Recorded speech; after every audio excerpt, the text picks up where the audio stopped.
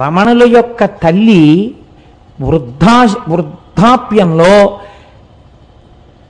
ఆవిడ యొక్క కుమార్తె, అమ్మా నాతో చెన్నై వచ్చేయమ్మా, వీడి దగ్గర ఉంటే ఏం చూస్తాడు, నువ్వు నాతో వచ్చేస్తే ఇంకెంతో కాలం ఉండవు కదా, జాగ్రత్తగా చూస్తావంటే అమ్మగారు అన్నారు, మీతో వస్తే ఏం చేస్తారు?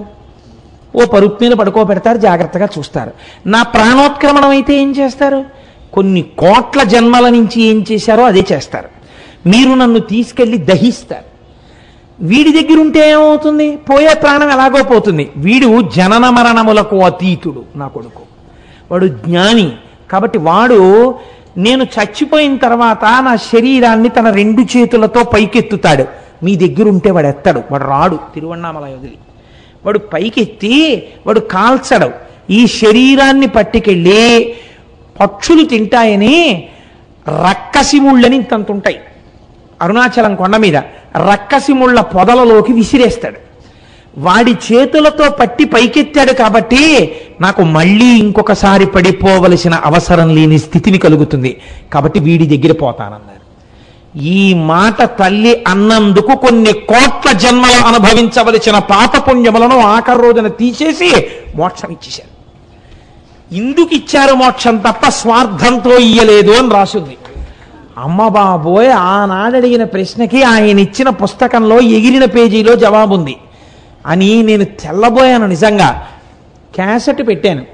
ఆ క్యాసెట్ ఏమిటో తెలుసా అండి? రమణులు కొండ మించి దిగుతున్నట్టు, ఎక్కడో ఒక అరుగు మీద కూర్చుంటున్నట్టు, అందరితో మాట్లాడుతున్నట్టు, బాగా వృద్ధులైపోయిన తర్వాత ఇలా చేతులు వేసి వెడుతున్నట్టు, ఆఖరణ వారి శరీరం విడిచిపెట్టేసినప్పుడు అందరూ ఒక్కసారి లేచి నిలబడినట్టు ఉన్న క్యాసెట్.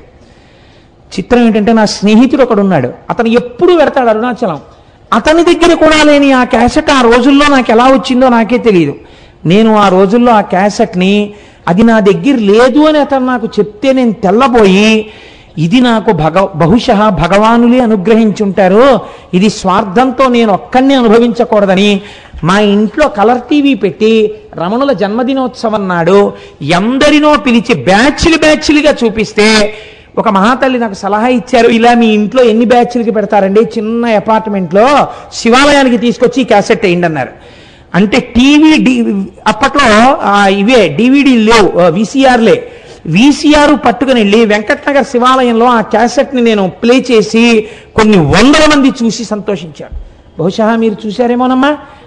అన్నీ అరుణాచల అనుబంధంలో రమణులే అనుగ్రహించారు కనుక ఆ అరుణాచలం అంత గొప్ప అరుణాచలం.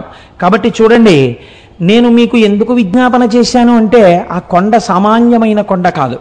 శివుడు అక్కడ స్థూల రూపంలో ఉన్నాడు, కొండగా ఉన్నాడు. అరుణాచలేశ్వరుడి దేవాలయమునందు శివలింగముగా ఉన్నాడు. అదే అరుణాచలం కొండ మీద దక్షిణామూర్తిగా ఇప్పటికీ ఉన్నాడు అని అంటారు. ఎందుచేతనంటే, రమణ మహర్షి యొక్క శిష్యులు కొంతమంది అరుణాచలం కొండ శిఖరాల మీద కూర్చుని ఉండగా వారికి పాదుకలతో నడిచి వెళ్ళిపోతున్నటువంటి చప్పుళ్ళు వినపడ్డాయి. నేను సరిగ్గా చెప్పి ఉంటే పేరు, నాకు ఆ పేర్లు సరిగ్గా జ్ఞాపకం ఉండవు. చాడ్విక్ అనుకుంటాను, రమణుల శిష్యుల్లో ఒక ఆవిడ. ఆ చాడ్విక్ అన్నావిడ ఒకసారి అరుణాచల శిఖరం మీద కూర్చుని ఒక ప్రదోష వేళలో ఆవిడేదో సంగీతంలో ఉండేటటువంటి రాగముల గురించి ఆలోచన